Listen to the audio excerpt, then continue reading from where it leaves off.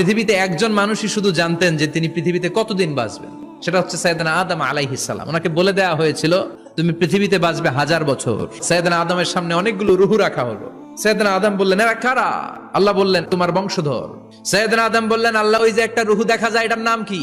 এটা তোমার ছেলে দাউদ, সে দুনিয়াতে নবী হয়ে আসবে। সাইয়েদনা আদম বললেন মাবুদ আমার ছেলে দাউদের কত বছর হায়াত আপনি দিয়েছেন? আল্লাহ বললেন মাত্র 40 বছর। সাইয়েদনা আদম বললেন মাবুদ এত ফুটফুটে সুন্দর আমার ছেলে দাউদ মাত্র 40 বছর দিলেন কেন? আল্লাহ আপনি বাড়ায় দেন, আল্লাহকে বাড়ানো যাবে না, লেখা হয়ে গেছে। সাইয়েদনা আদম বললেন আমার 1000 বছর থেকে 60 বছর আমি আমার ছেলেরে দিয়ে দিলাম।